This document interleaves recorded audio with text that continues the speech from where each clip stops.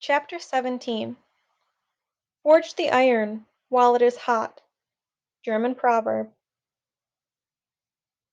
I dug a little deeper with my hands, but didn't get very far before I realized this wasn't a smart way to start a tunnel.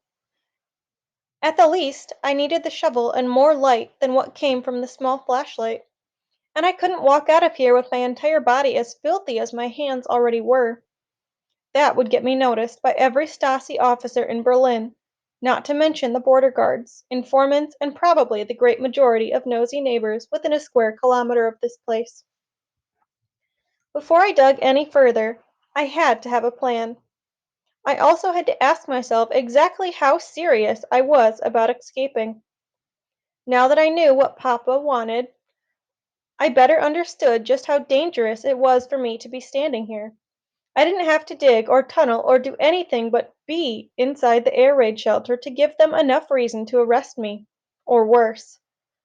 And if I started, I would have to finish, because a half-dug tunnel was no different to the Stasi than a failed escape attempt, and my punishment would be no less severe. If I started, I was committing myself to literally do it, or die. And my odds weren't exactly on the side of success. My legs were shaking when I climbed out, and I took extra time to make sure the wood boards across the window looked exactly as they did the first time I'd found them. I'd been angry when I left here before and might have been more careless with the boards than I should have been. My footprints showed clearly in the softer part of the dirt, and Frau Eberhardt had already seen me with the shovel. I hadn't even started digging yet, and already my mistakes were mounting. I brushed over my tracks and then stuck to the hard soil instead, but I couldn't work up the nerve to dart across the empty field and into the alley. The best I could do was to slink along the edge of the wall and hope, if anyone saw me, that I looked casual enough to escape any further attention. But it was nearly impossible to pretend that my senses weren't focused on every detail around me. If the watchtower guards had binoculars, they might look at my hands and wonder how they'd gotten so dirty. I wished I had pockets like boys did for their pants, but my skirt didn't have any. So I hid my muddy fingers within the folds of my skirt and hoped that wouldn't look as strange or obvious to anyone else as it did to me.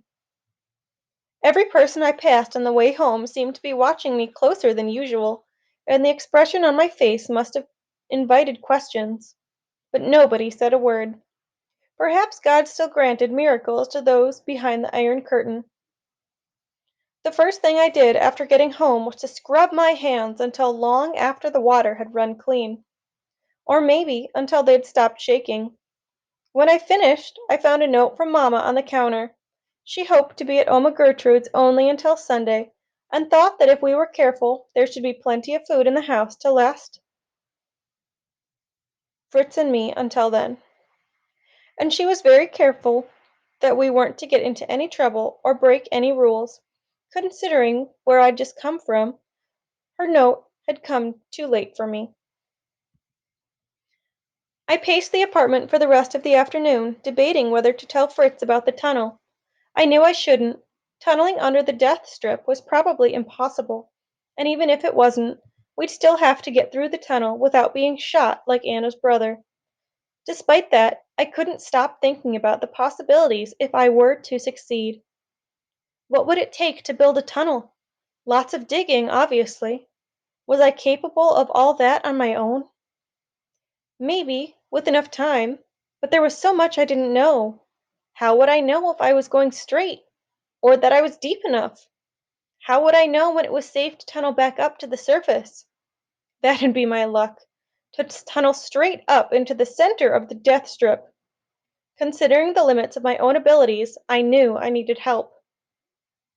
But Fritz was trying hard to be a model citizen, probably to get Claudia back, so I couldn't involve him, and there was no one else I trusted.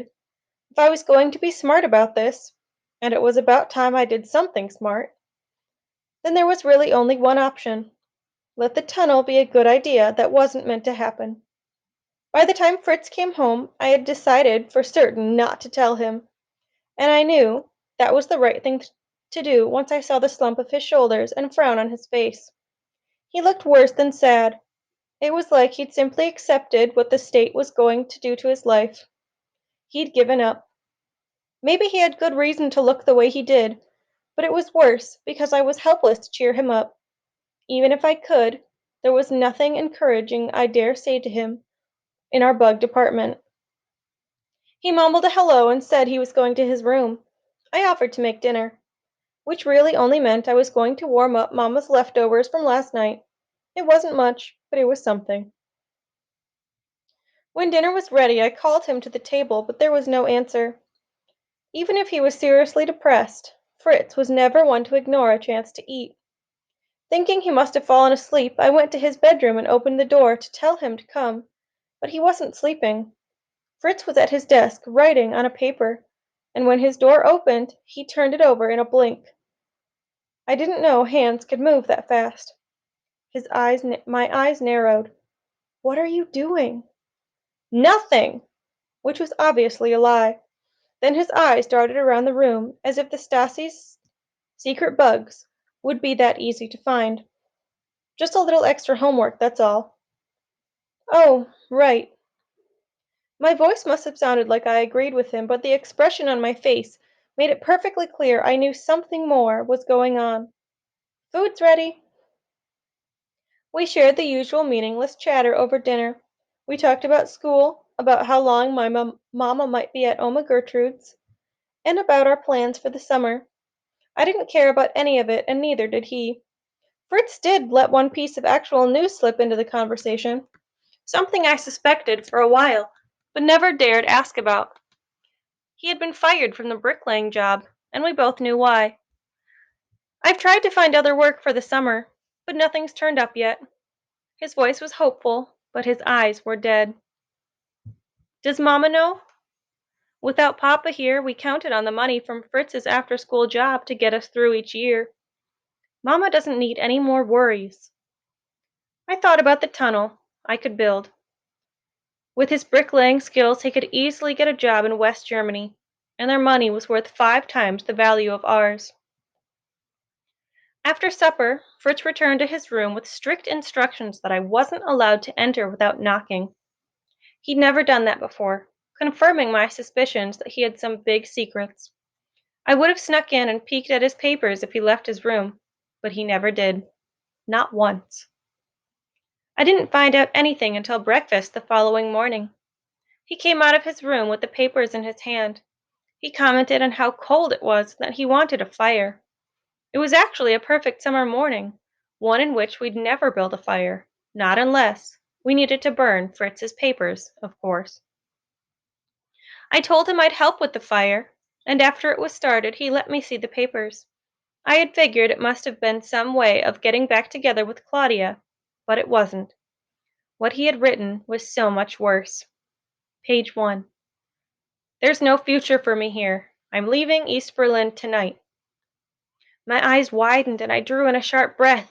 He shook his head as a warning for me to keep quiet, and then crumpled the page and threw it in the fire. Page 2. "I found a place near the Spree that isn't well guarded. I can run for the water and swim across before I'm seen." I shook my head as violently as I dared. The Spree was a powerful river, and the Berlin Wall ran along much of its widened banks. Large, heavy boats navigated that river, and everyone knew the current was stronger than it looked on the surface. Even for an experienced swimmer, it was dangerous. For Fritz, it would mean death. Remembering the microphones, he commented that the fire should get us warm soon. I was too stunned and angry to make any response. Then he raised his page again. Page 3. "I wanted you to know so you can explain to Mama. It's not fair, but it's the best I can do." "No," I continued, shaking my head, and tears stung my eyes. He wasn't the first to try escaping through the Spree, and so many people had died in the attempt. Either they drowned on the way, or else were shot in the back by the Grenzers as they swam. Even on the small chance that Fritz got as far as jumping into the water, he wasn't likely to get out again. Page 4. "I will not join their military. Eventually, I'll think like they do, and I will not let them ruin my life. You must understand, Gerda." His eyes pled with me to accept his decision, but I couldn't. Yes, I understood the desire to leave and frustration over feeling that there was no hope for him here. I felt just as boxed in as he did, maybe even more. There probably wasn't much hope for me either, and it would only get worse if he left me behind. I wanted to leave just as much as he did, but not in this way. Page 5. You can't stop me. My mind is made up. I am going to leave. He started to crumple up the page and toss it in the fire with the others, but this time I grabbed it and ran for a pencil. While making a lame comment to the microphones about breakfast, I smoothed the paper out again. On the back, I drew a map to the building I'd found near the wall, and then pulled out the picture Papa had sent to me. On his paper, I wrote, "Meet me here after school. Be careful." Fritz looked up at me, his eyes burning with curiosity. I wrote one more word, tunnel. Once I was sure he knew where to go, I crumbled up his paper and tossed it into the fire.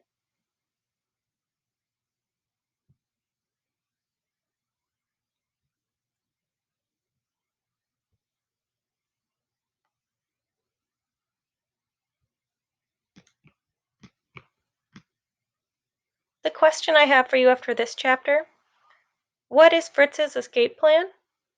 Do you think he will carry out his plan after hearing the news of the Welcome Building from Gerda?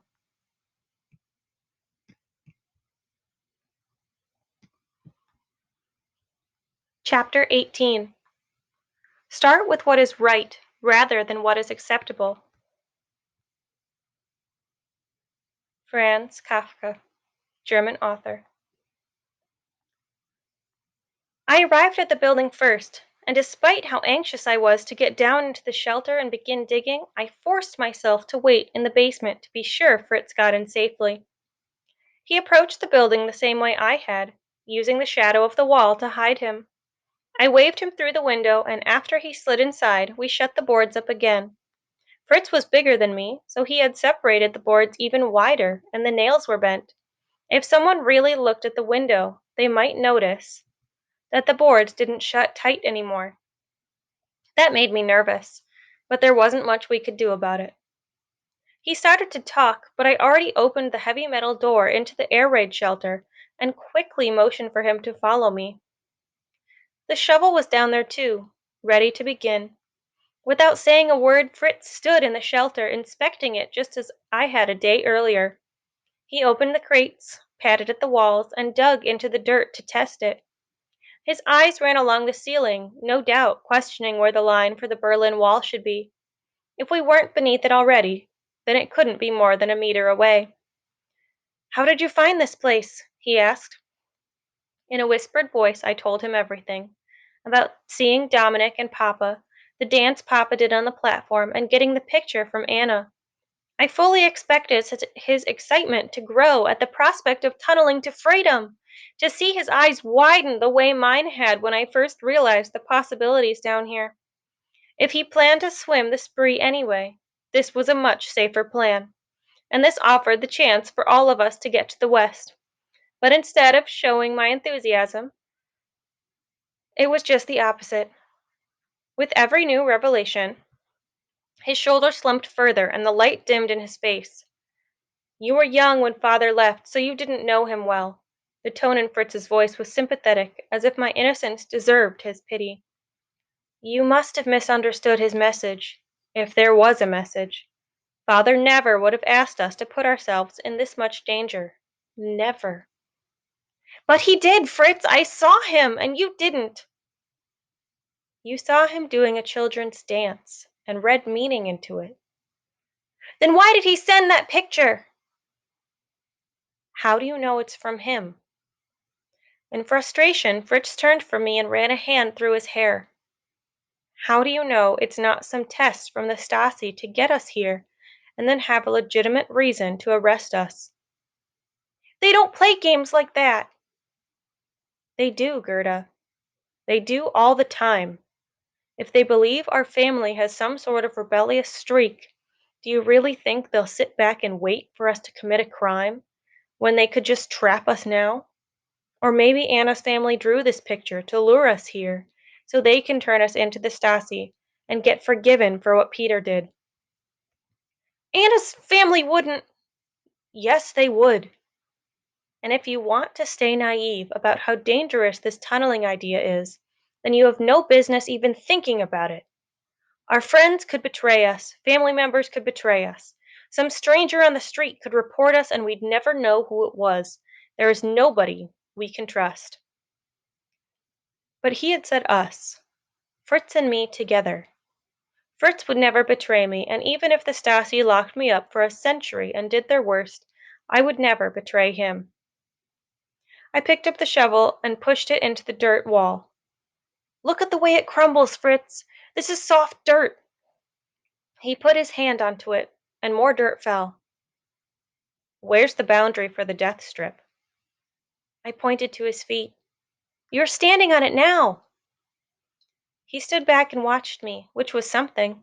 At least he wasn't leaving and dragging me away with him.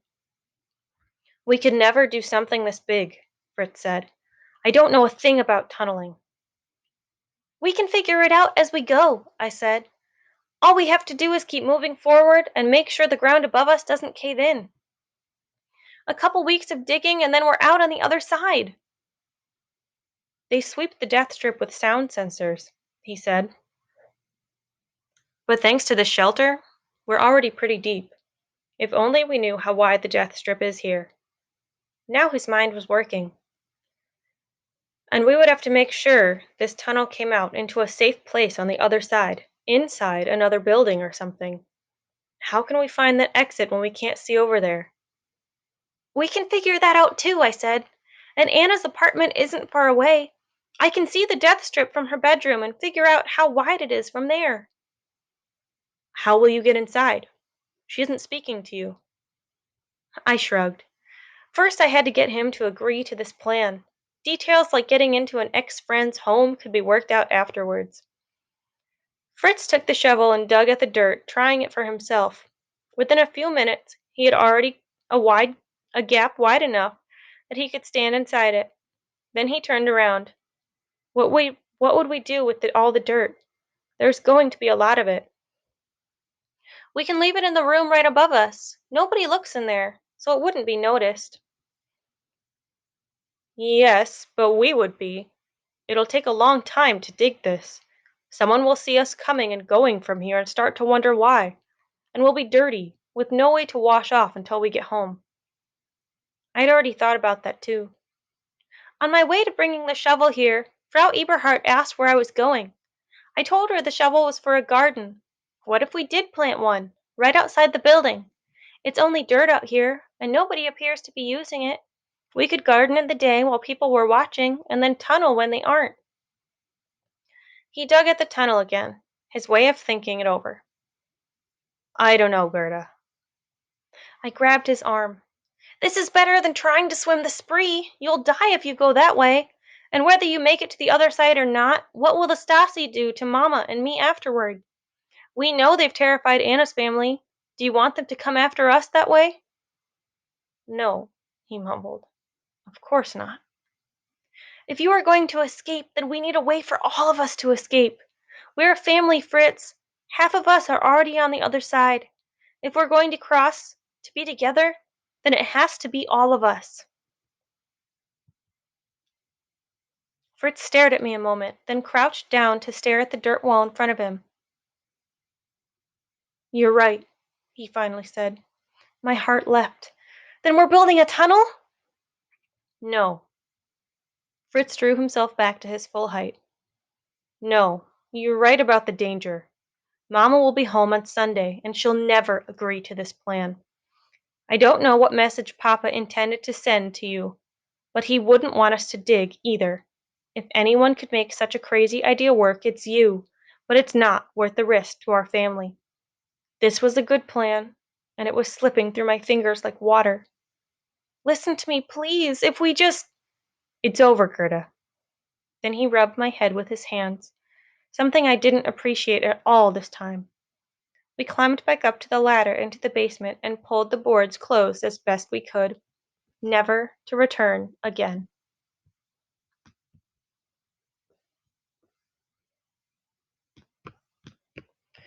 The question from this chapter that I'd like you to think about is, What is Goethe's plan of escape to West Berlin? Why does Fritz think Goethe's plan will not work? Please fill out your Google form for chapters 15 through 18.